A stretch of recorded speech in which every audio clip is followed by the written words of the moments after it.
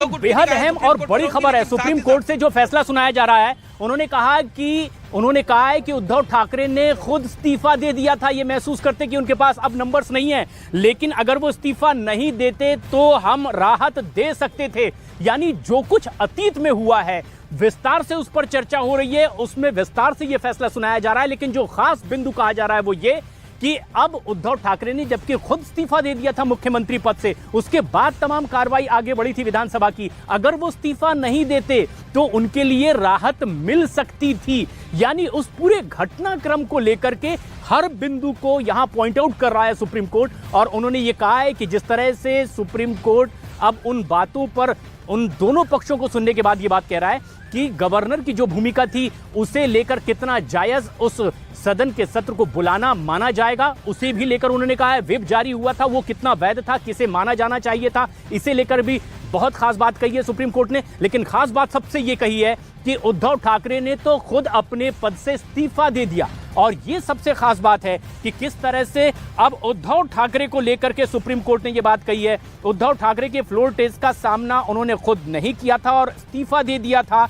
अब ऐसे में उनका इस्तीफा तो रद्द नहीं किया जा सकता, क्योंकि अब ये पीछे की बात हो चुकी है और खुद उद्धव ठाकरे ने ही अपना इस्तीफा सौंप दिया था और उसके बाद तमाम ये कार्रवाई विधानसभा की आगे बढ़ी थी। अगर वो ऐसा नहीं करते तो उन्हें राहत दी जा सकती थी। ये बेहद अहम और बड़ी बात है। अब अपने निष्कर्ष की ओर बढ़ता हुआ सुप्रीम कोर्ट नजर आ रहा है इस पूरे फैसले में। अमित, अब जो ताजा और बड़ी बात कही जा रही है वो क्या?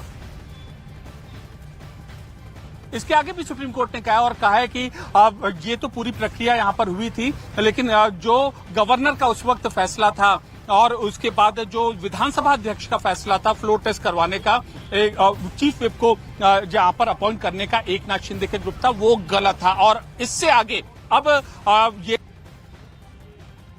को इस पूरे मामले में है वो नहीं रिस्टोर किया जा सकता, क्योंकि उद्धव ठाकरे हैं, उद्धव ठाकरे ने जो फ्लोर टेस्ट है वो फेस ही नहीं किया था। और अब पहली बार गवर्नर ने गलती की थी, लेकिन उसके बाद गवर्नर ने सही कदम उठाया था जब बीजेपी उस वक्त सबसे बड़ी पार्टी थी और एकनाथ शिंदे का उसको सपोर्ट था, जब उन्होंने उनको न्योता दिया सरकार बनाने का। मतलब कि पहले कदम पे जो गवर्नर थे उन्होंने उनकी जो प्रक्रिया संविधान के अनुरूप नहीं थी, लेकिन उसके बाद जब ऐसी परिस्थितियां उत्पन्न हुई, सबसे बड़ी पार्टी थी, उसको एक धड़ा सपोर्ट कर रहा था, तो उस वक्त गवर्नर ने सही फैसला लिया। ये अहम जानकारी यहाँ पर सुप्रीम कोर्ट से हमारे सामने ये आ रही है। जी, बहुत बड़ी बात कही जा रही है इस फैसले में, इस ऐतिहासिक फैसले में, जबकि शिवसेना वर्सेस शिवसेना और वर्तमान में सरकार पर जिस तरह की तलवार लटकती नजर आ रही थी, जिस तरह के दावे अब उद्धव ठाकरे गुट की ओर से किए जा रहे थे, बड़ा फैसला। और इस फैसले में जो सबसे बड़ी और खास बात कही गई है कि उद्धव ठाकरे ने मुख्यमंत्री पद से खुद इस्तीफा दे दिया था। अगर वो ऐसा नहीं करते तो हम उन्हें कुछ राहत दे सकते थे, लेकिन अब वो अतीत की बात हो चुकी है। और ऐसे में इस ऐतिहासिक फैसले में हर उन बिंदुओं पर अब सुप्रीम कोर्ट गौर करते हुए अपनी टिप्पणी कर रहा है, अपना फैसला सुना रहा है कि किस तरह से ये पूरी प्रक्रिया आगे बढ़ी थी। अमित, और इसके अलावा जो नई चीज सामने आई हो, अब योग्यता अयोग्यता को लेकर 16 विधायकों की अयोग्यता को लेकर के ये अब एक अपील जिस पर सभी की निगाहें। देखिए, अब फैसले की ओर बढ़ रहा है सुप्रीम कोर्ट और अब सबसे अहम जो टिप्पणी की है कोर्ट ने वो क्या है, कोर्ट ने एकनाथ शिंदे की जो सरकार बीजेपी के सपोर्ट से बन गई थी, फिलहाल कोर्ट उसमें कोई भी अब सुप्रीम कोर्ट व्यवधान उत्पन्न नहीं कर सकता, क्योंकि उद्धव ठाकरे ने फ्लोर टेस्ट को फेस ही नहीं किया था। मतलब कि अगर बहुमत परीक्षण का सामना नहीं किया था, दूसरे सबसे बड़े दल के सपोर्ट के साथ शिंदे गुट ने सरकार बना दी, तो